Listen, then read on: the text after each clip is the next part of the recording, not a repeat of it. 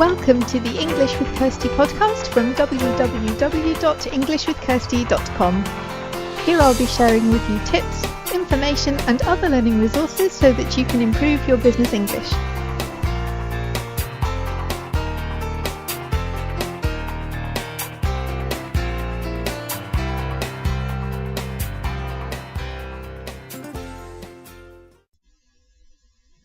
Hi everyone, and welcome to episode 102 of the English with Kirsty podcast.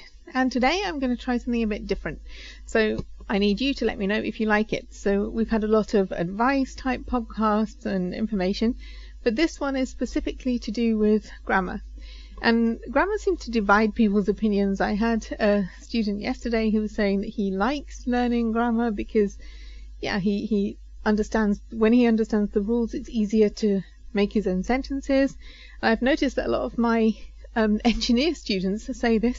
It's like they want to understand how the language works so that they can not make mistakes, or just so that it's easier. But some other people say, I hate grammar, it reminds me of school and I don't want to do it.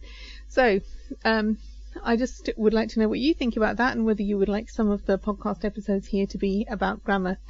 If you do, I also tried this in my newsletter members only section of my website. So if you want some more content a bit like this, then you can sign up for the newsletter too, which is all the details are on the show notes page, which is englishwithkirsty.com/podcast/episode 102. So you can sign up there because there is content that the newsletter readers can have that isn't available anywhere else.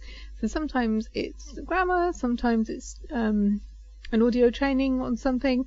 It can be different things, but I just wanted to let you know, because not all of the information on my website is available to everyone. There is some information that's just for newsletter readers, and that is free. You don't have to pay for it, but you do have to be on the newsletter list to get access to it. Okay, so back to today's podcast. This is something that if you're a native speaker, you probably have never even thought about it, because we don't learn this at school. I only learned it when I was doing my teacher training, and I thought, oh yeah, that's true. That is how the language works, but we never ever learn this. And if you ask an English speaker why they put adjectives in a certain order, so the words that describe something, they probably couldn't tell you unless they've read up on it like I have, so that I can do this podcast. But basically, you don't usually have more than 2 or 3 adjectives before a word, because otherwise it can sound a bit strange. But if you do have a number of them, then you usually put them in a specific order. And we're going to talk about that. So what is the order? So the first thing is how many. So if you're talking about a number of things, then the number goes first before you start describing them. Then there's the opinion. So something that you could see one way and somebody else could see another way. So what's beautiful to you could be really ugly to someone else. What you think is intelligent, somebody else might not think is very smart. So these words that are describing your opinion about the thing comes next. Then size, big, small, tall, short, that kind of thing. The shape, square, round, triangular, that kind of thing. Age, so this can either be old or young, or it can be old or new. So depending on whether you're talking about a person or something that isn't alive, like a car, you can have an old car or an old person. But you would have a young person and a new car, not a new person and a young car if you're talking about the age. Colour, I don't need to give you examples of that, just any colour that you can think of. Origin or nationality, so where something comes from or where somebody comes from, which country. And then the material, what's it made of? So is it made of wood? Is it wooden? Is it silver? Is it plastic? That kind of thing. And then the purpose. This doesn't always come into lists of adjectives that you see, but like you can have a cup, any kind of cup, but a coffee cup makes it a specific type of cup. So you can't split the word coffee and cup. It has to be coffee cup. So these things that define what the thing is, they need to stay together, and this adjective needs to go right at the end. Or sometimes it's a noun, like coffee is, you can have coffee colour, but coffee is also a noun. So a costume, that just means usually something that you can wear, but a swimming costume is a specific type of costume, and that has to stay together, swimming costume. And like machine, you can have, well, machine doesn't give you too much information, but if you're at the gym and you have a rowing machine, then that changes it. We know exactly what you mean. So these things that belong with the main noun, they have to stay together. Like golden retriever, one of my favorite examples, because you can get flat coat retrievers, you can get curly coat retrievers. There are different types of retrievers. I'm talking about a golden retriever. So yeah, golden is a color, but in this sentence it belongs with retriever because it's describing the retriever. So I will put this list up on the show notes page if you want to have a look at it, the list of the order that they go in. Just bear in mind that sometimes age and color are the other way around. If you look for information on the internet or in books about how to do this, most do it the way that I've done it because I've checked in different places, but sometimes age and colour are the other way around, so don't be surprised if you see that. It's just, you know, sometimes we do change them. We don't always follow the rules because we don't learn the rules, and so we say whatever sounds right to us, and some things will definitely sound wrong, but sometimes it doesn't matter so much, like with the age and the colour. If you swap them around, it's not such a big deal, but some things definitely have to be in this order.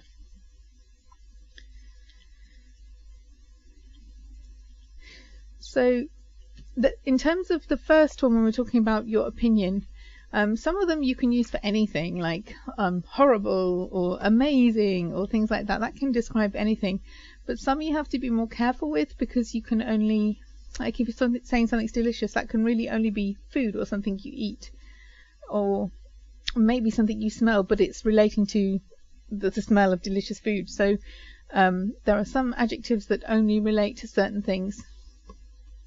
And like alive, you know, people are alive, plants are alive, animals are alive, but the desk definitely isn't alive. So, you know, you have to think about what your adjective is and whether that's relevant to the noun that you're talking about.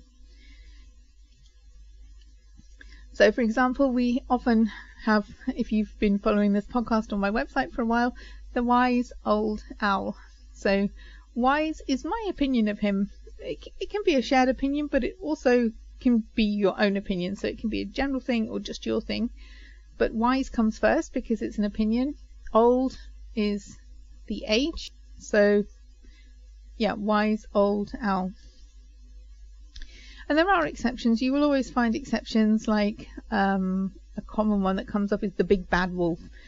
We don't say the bad big wolf because that sounds weird. I think partly because the big bad wolf is just part of, it was in a lot of stories for children and we've heard it growing up. But I've also heard, I'm going off on a tangent a bit here, but for anyone who's interested in language and development of language, there's this pattern of sounds, and often it's I-A-O, like flip-flop. We don't say we're going to wear some flop flips, it's flip-flop. Or what's the other one? Chit-chat. We don't say chat-chit, it's chit-chat. So it goes I-A-O.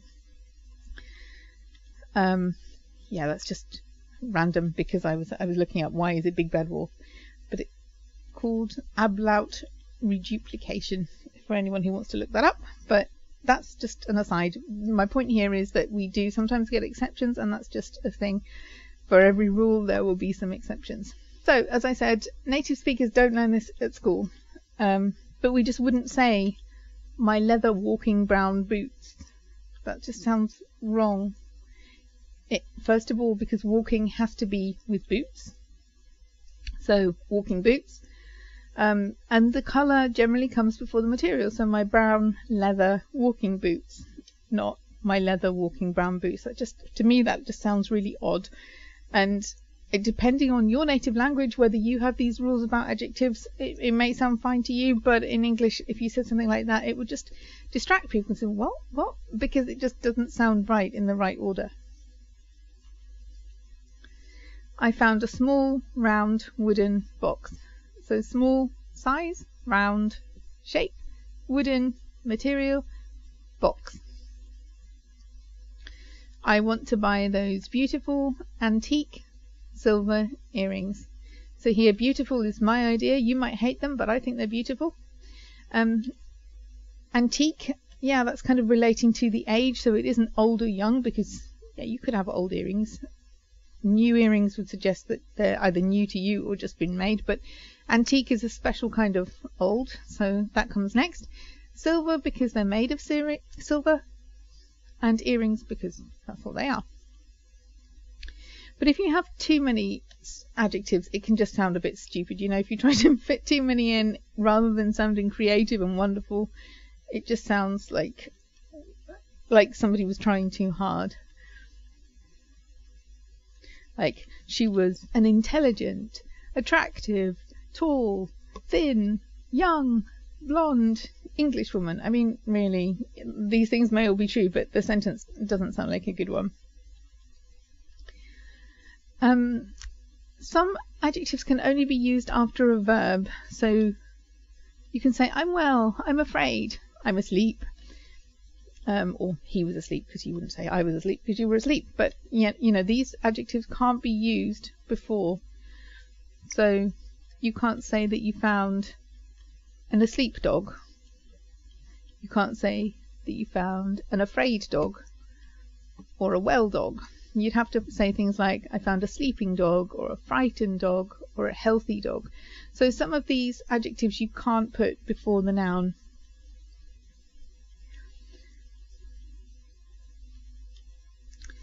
So when we use adjectives before the noun, we don't generally use and unless there's a reason to. So we can say, here's shiny, expensive, new, red car. So all of these things describe the car. It's shiny, it's expensive, it's new, and it's red. So that's fine, but we don't need and. We only use and when there are two of the same, like if it's two colours, if something is black and white, for example, then we can use and because we're saying it's black and white. It's not just black, then it's white, it's both. And sometimes we use other adjectives together, like wet and windy. So these two things often happen at the same time. Don't have to, but they can. You can say it's a wet and windy morning. You could also say it's a wet, windy morning. That's fine.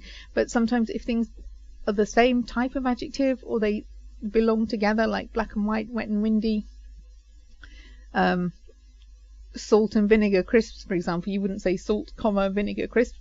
It would be salt and vinegar because they have both flavours. So you only use and if you need to. Otherwise, it's the new shiny new red car. No and there, because you don't need to. They're all different types of adjectives that don't belong together. But if you follow a verb, like to be, then you usually do use the and. So I grew up in a quiet little village. So both of these describe, quiet is my opinion of the village, little is the size. So that's okay, we don't need and there. But if I then say, now it's noisy and overcrowded.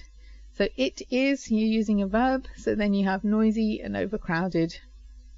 So after the verb, you have no noun at the end of your sentence, so you need and. Unless there's only one adjective, like now it's terrible or something like that, then you don't. But if you have more than one adjective, then you do need and if it's after to be. So that was just a quick run through. I don't expect everybody to remember all of these, but the list can help you. If you're not sure where to put the adjectives or what order to put them in, then it's sometimes helpful if you can have a look at this list, because it will give you the order, the general order. So for example, it does matter where something comes from. If I say like delicious Turkish coffee or something like that, I can't say Turkish delicious coffee. That just sounds weird. So generally your ideas about things will always come first.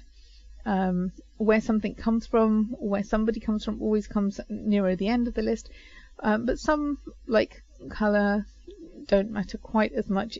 They can swap around a bit, but generally it's good to follow this rule. Some people don't if they really want to emphasize something, but you can end up having a sentence that just sounds quite unnatural if you try to play around with the order too much. So it's quite good to follow it. And if you're interested in grammar, generally, I do offer a grammar course. It has 10 modules. This is a paid course. You can do the 10 modules if you like. You can also choose the modules that are important to you or the things that you struggle with and put your own course together of 1 module or 3 or something like that. The more modules you buy, the cheaper they become. But if you only need help with one thing, then it's pointless doing a whole grammar course if you only need one of the modules. So if you're interested in that, you can go to englishwithkirsty.com/grammar. But generally, I would be interested to know if people do want to find out more of this kind of content. If you want to hear more of this kind of content on the podcast, let me know, because there's a contact form on the show notes page that you can use. So englishwithkirsty.com/podcast/episode 102, and then you can let me know your opinions on there. Or if you have any questions about what I've said today, then you can also use the contact form to send me your questions, and I'll either answer you, or if I think it's something that other people would benefit from, then I'll put it in a future episode as well. So I hope that's been useful. If you're interested in the members only part of the website for newsletter subscribers, then don't forget to sign up for the newsletter, which you can also do on the show notes page. Have a great week and have fun learning English.